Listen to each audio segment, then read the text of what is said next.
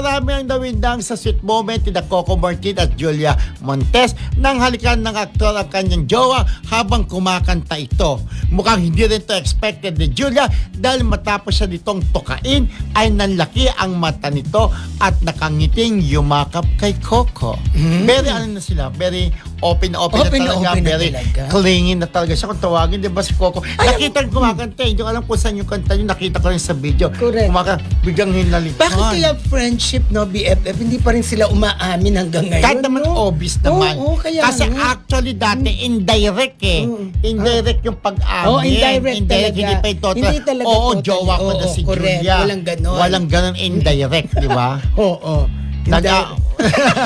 Indirect yung dati. Pero ang alam ko, umamin na rin. Umamin na. Alam ko, umamin na talaga na, yes, work together. Parang gano'n.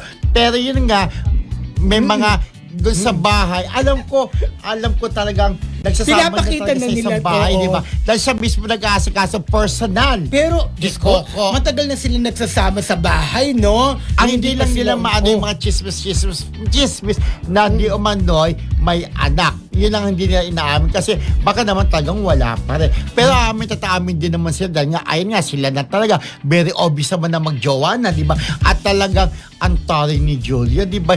Yung mga nagpapapansin pa kay Coco, meron siya binline item pero alam natin kung sino yung tinutukoy niya, di ba? Correct. So wag mo ako maate-ate harm kasi tanda lang. Huwag mo akong materi-teri, gano'n? Parang gano'n, di ba? Kung Parang sino ganon. man yung kayo classmates, alam niyo kung sino, di ba? Pagaling ka po, Ate Carmen Dolanes and of course kay Marcelita ng Kasi UP. BFF, sa totoo lang, ang dami pa rin talagang may gusto at nagpapapansin talaga kay Coco. Lalo Imagine, gwapo na at super mayaman Yes. pa. Alam mo, isipin mo, ano siya, banidoso. Dahil pumupunta siya din sa clinic na ini-endorse din ng Diamond Star na si Maricel Soriano.